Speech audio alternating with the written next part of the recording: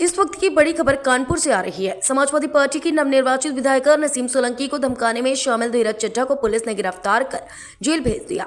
फिर भी मामला शांत होता दिखाई नहीं दे रहा, जहां समाजवादी पार्टी इस मुद्दे पर धरना प्रदर्शन कर मामले को गरमाने में लगी है। वहीं भाजपा सरकार मुद्दे पर बचाव की मुद्रा में आ गई है और धीरज चड्ढा के साथ अपने संबंधों से पल्ला झाड़ लिया। और इस प्रकार हरकतों की निंदा करते हुए भाजपा जिलाध्यक्ष दीपू पांडे ने कहा कि धीरज चड्ढा के भाजपा कार्यकर्ता होने की जानकारी नहीं है और उसका कृत्य निंदनीय है। दूसरी तरफ समाजवादी पार्टी के नगर महासचिव ने कहा कि विधायक नसीम सोलंकी को अतिरिक्त सुरक्षा की आवश्यकता है। इस प्रकार की धमकी से समाजवादियों को डराया नहीं जा सकता। इस गिरफ्तारी के लिए पुलिस प्रशासन का धन्यवाद, मगर समुचित धाराओं में मुकदमा दर्ज किया जाना इस बात को स्वीकार करता है कि शासन के दबाव में मुकदमे को कमजोर किया गया है। समुचित धाराओं में मुकदमा दर्ज कर पुख्ता सुरक्षा व्यवस्था कड़ी करना चाहिए। जो धमकी दे रहा था लगातार उनके साथ देखिए, वो अभी योगी जी आए थे, बोल के गए थे कि महिला सम्मान को लेके महिला विधायकों को इकट्ठा किया था। तो भाजपा की कथनी और करनी में बड़ा अंतर है, क्योंकि वो अभी तो लेटेस्ट ये इसने कहा, इससे पहले करीब 1 महीने पहले की बात है, तब भी इसने धमकी दी थी। तब भी हम लोगों को पुलिस से सूचना दी थी, कहा था कि इससे हमको जान का खतरा है, लेकिन तब कोई कार्रवाई नहीं। अगर उसी समय पुलिस कार्रवाई कर देती तो आज ये स्थिति ना आती। लेकिन चूंकि फिर भी उन्होंने जो अभद्र भाषा का प्रयोग किया है विधायक के लिए, महिला विधायक के लिए किया है, और हमारे राष्ट्रीय अध्यक्ष पूर्व मुख्यमंत्री माननीय अखिलेश यादव जी के लिए किया है, इससे जनता में और कार्यकर्ताओं और नेताओं में बहुत रोष है। और उसके लिए हमारे समाजवादी पार्टी के यूथ के नेताओं ने रात में धरना भी दिया। पुलिस ने एफआईआर लिखी है, लेकिन पुलिस ने बहुत ही कमजोर धाराओं में एफआईआर लिखी है।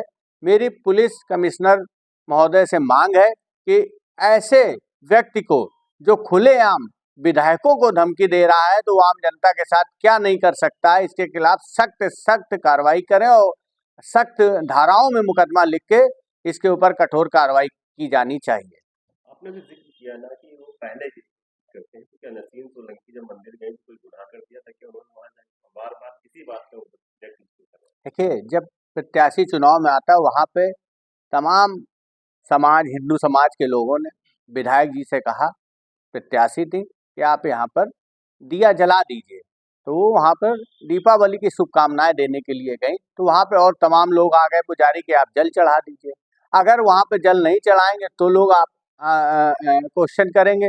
और उनके कहने पे, चूंकि हमारे तो भोलेनाथ हैं, भोले हैं, उनके वहाँ पे सबका भाई, मंदिर में किसी को कोई रोक नहीं, हमारे यहाँ तो सब लोग पूजा पाठ कर सकते हैं।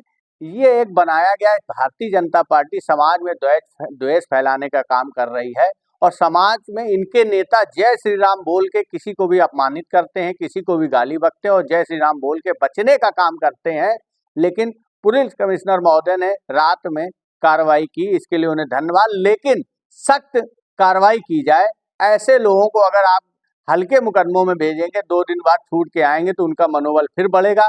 फिर किसी न किसी महिला के साथ वो इसी तरह के अभद्र भाषा का प्रयोग करेंगे और हाईलाइट होने का काम वो करना चाहे। अपने को नेम फेम के लिए लगातार वो प्रयास कर रहे हैं, इसलिए उनके खिलाफ ऐसी कार्रवाई हो कि कम से कम 4-6 महीने में छूटेंगे, तो सारा बुखार और सर्दी उनकी कम हो जाएगी। समाज में आज बड़ा संविधान से ऊपर उठ के इस तरह के लोग काम कर रहे हैं कि हम जय श्री राम का नारा लगा लें, हम अपने आप को हिंदू कह के किसी के साथ भी हम अभद्रता कर दें, किसी का अपमान कर दें, किसी के साथ भी कोई काम कर दें, हमारे लिए कानून कुछ नहीं है।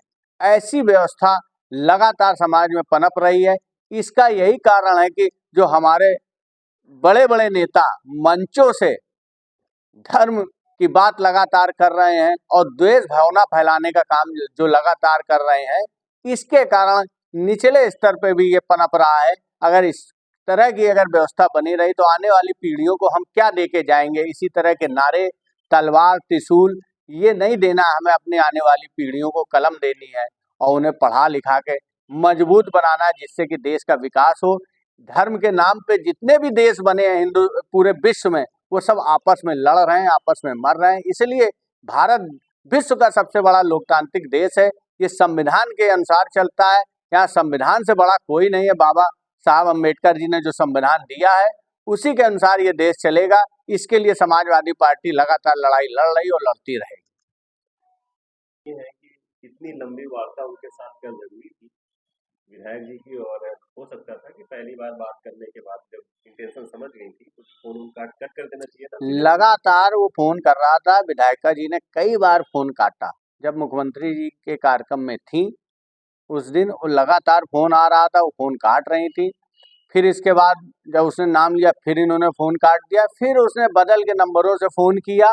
तो उनको लगा कि पता नहीं क्या बात करना चाहता है, और उसको किसी तरह अगर हम संतुष्ट कर दें, उसको समझा ले जाएं, तो भविष्य में इस तरह का काम ना, नेता जो होता है, विधायक होता है, उसको लगता है कि मेरा खामखा कोई एक विरोधी क्यों रहा है। तो वो इस वजह से अपनी बात को रख रही थी कि शायद वो हमारी बात से संतुष्ट हो जाए और आगे से इस तरह का काम ना करे, इसलिए इतनी बात हो गई। देखिए, राजनीति में लोग ये जो धमकियां दे रहे हैं, इसका कोई महत्व तो नहीं है।